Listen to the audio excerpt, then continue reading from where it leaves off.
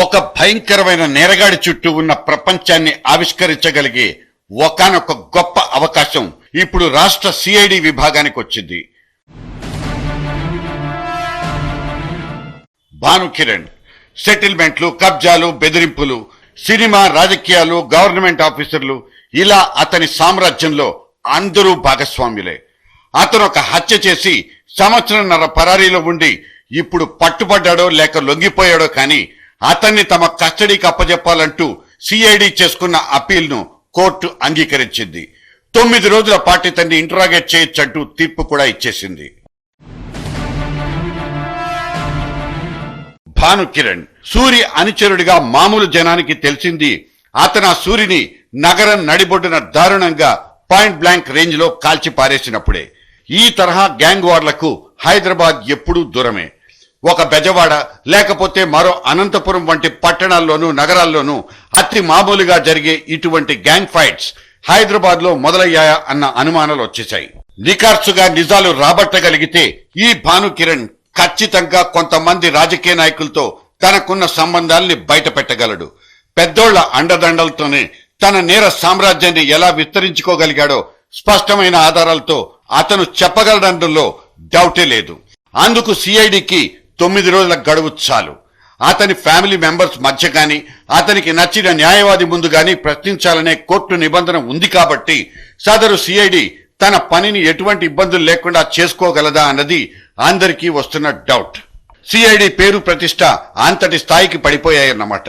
విచారణలో ఏమేం అడిగారో వాటికి భాను ఏ జవాబులు చెప్పాడో ఆ వివరాలే న్యూస్ ఛానళ్లలో సీరియళ్లుగా ప్రసారాలైపోతున్నాయి.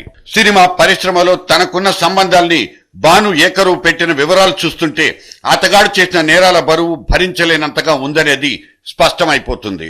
సిఐడి అధికారులు తాము భానుకిరణ్ ను అదుపులోకి తీసుకుని ప్రశ్నించడానికి వెంటనే కోర్టు ఆమోదం తెలపడం అత్యంత కీలకం, హర్షణీయం కూడా. ముఖ్యంగా జలయజ్ఞంలో సైతం అతనిది, అతను హత్య చేసిన సూరిది పాత్ర ఉందంటే మనం నమ్మి తీరాల్సిందే. కాంట్రాక్టర్ అవతారం ఎత్తి సూరి ఈ నేపథ్యంలో అనంతపురంలో ఇరిగేషన్ వర్క్స్ చేసి దాదాపు 200 కోట్ల రూపాయల వరకు సంపాదించాడన్న వార్తలొచ్చాయి. ఇక హైదరాబాద్ లో భానుకిరణ్ తన బాస్ జైల్లో ఉండగానే ఆయన పేరు చెప్పి చేసిన దందాలన్నీ స్వయంగా సిఐడి పోలీసులకు ఇప్పటికే ఏకరువు పెట్టారనే వార్తలు కూడా వచ్చాయి. ఇవన్నీ ఒక ఎత్తైతే ఇదే భానుకిరణ్ తనకు మంగళకృష్ణనబడే ఒక వ్యక్తితో సంబంధాలున్నాయన్న వార్త కూడా సంచలనం కలిగించేదే. ఇప్పుడు ఇదే మంగళకృష్ణను సూట్ కేస్ బాంబ్ కేసులో అరెస్టు చేయాల్సిందిగా కోర్టే ఆదేశించింది. ఇన్ని మలుపులు తిరిగిన పరిటాల రవి కేసులో సూరితో పాటు చాలా మంది అనుమానితులున్నారు. అప్పట్లో జగన్ కూడా రవి హత్య కేసులో ప్రధాన పాత్ర పోషించారంటూ తెలుగుదేశం పార్టీ ఆరోపించింది కూడా. అయితే సిబిఐ దర్యాప్తులో జగన్ ను నిర్దోషిగా సదరు దర్యాప్తు సంస్థ క్లీన్ చిట్ ఇచ్చినట్లు కూడా వార్తలొచ్చాయి.